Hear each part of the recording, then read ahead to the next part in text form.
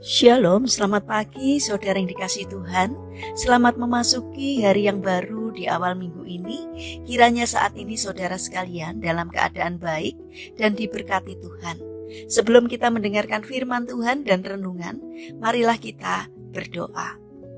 Tuhan Allah Bapa yang Maha Kasih, kami sungguh bersyukur atas kebaikan dan kemurahan-Mu, karena Engkau Tuhan yang selalu memberkati dan melindungi kami, sehingga kami pada pagi hari ini dalam keadaan baik. Terima kasih Tuhan atas setiap penyertaan-Mu, sehingga kami selalu merasakan pertolongan Tuhan. Jika saat ini kami akan mendengarkan firman-Mu, urapilah kami dengan Roh Kudus-Mu, agar kami dapat mengerti dan mempunyai pemahaman yang benar akan apa yang Tuhan sampaikan kepada kami melalui firman-Mu. Mampukan kami untuk melaksanakan firman-Mu di dalam kehidupan kami setiap hari. Terima kasih Tuhan. Di dalam nama Tuhan Yesus Kristus kami berdoa. Amin. Saudara yang dikasihi Tuhan, bacaan firman Tuhan saat ini diambil dari kitab Mazmur pasal 63 ayat yang kedua. Demikian sabda Tuhan.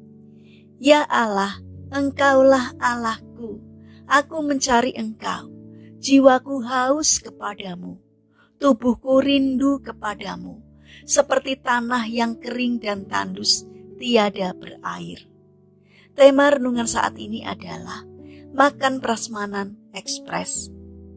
Saudara yang dikasihi Tuhan, di sebuah hotel di suatu negara memperkenalkan makan prasmanan ekspres. Kita dapat makan sepuasnya selama 30 menit dengan hanya membayar setengah harga.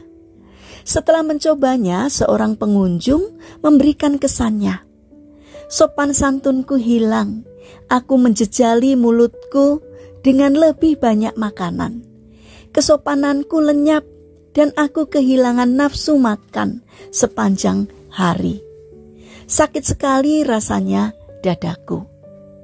Saudara yang dikasihi Tuhan, kadang-kadang kita dalam berdoa dan membaca firman Tuhan sama seperti makan prasmanan ekspres tersebut. Kita berdoa secepat mungkin, membaca dan merenungkan firman Tuhan secepat mungkin, dan kemudian bertanya-tanya, mengapa kita tidak banyak mempelajari apa yang kita renungkan? Seperti halnya makanan jasmani, makanan rohani juga perlu kita kunyah. Bagi kita yang sudah lama mengikuti Yesus, kita mempunyai kecenderungan untuk membaca secara cepat bagian firman Tuhan yang telah sering kita baca.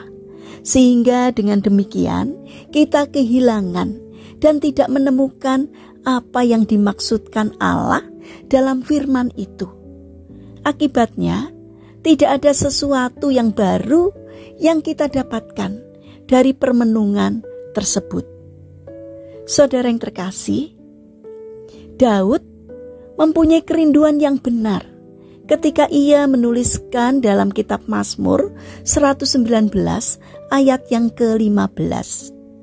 Aku hendak merenungkan titah-titah-Mu dan mengamat-amati jalan-jalan-Mu. Itulah cara yang tepat memperlakukan firman Tuhan, yaitu dengan menyediakan waktu untuk merenungkannya dan melakukannya dalam hidup sehari-hari.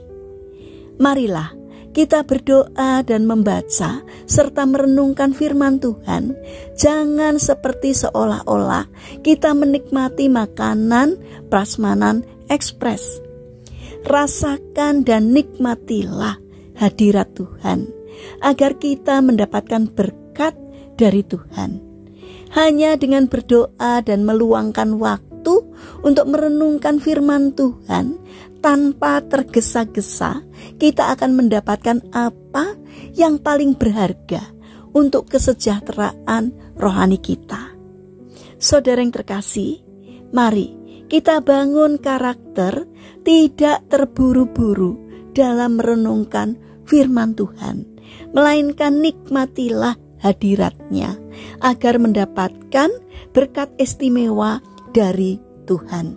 Mari kita berdoa.